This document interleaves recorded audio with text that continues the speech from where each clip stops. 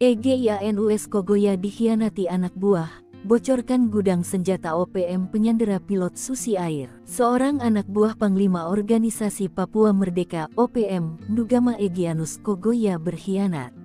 Ia membocorkan gudang senjata OPM yang menyandera pilot Susi Air Kap Philip Mertens. Tak hanya meringkus seorang pengacau keamanan, tim gabungan TNI dan Polri juga menemukan senjata api dan 415 amunisi berbagai kaliber dari markas KKB yang berada di Sagu Lima Kenyam, Kabupaten Nduga, Papua Pegunungan.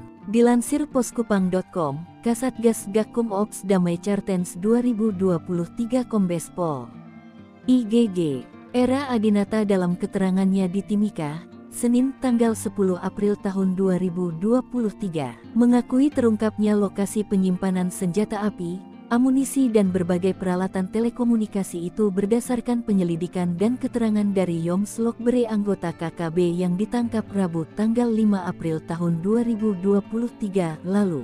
Yoms Lokbere yang ditangkap di Batas Batu, Kabupaten Nduga adalah anggota KKB yang bertugas mencari logistik, termasuk senjata api dan amunisi. Sayangnya, saat aparat mengepung markas KKB tersebut para gerombolan pengacau keamanan itu sudah kabur.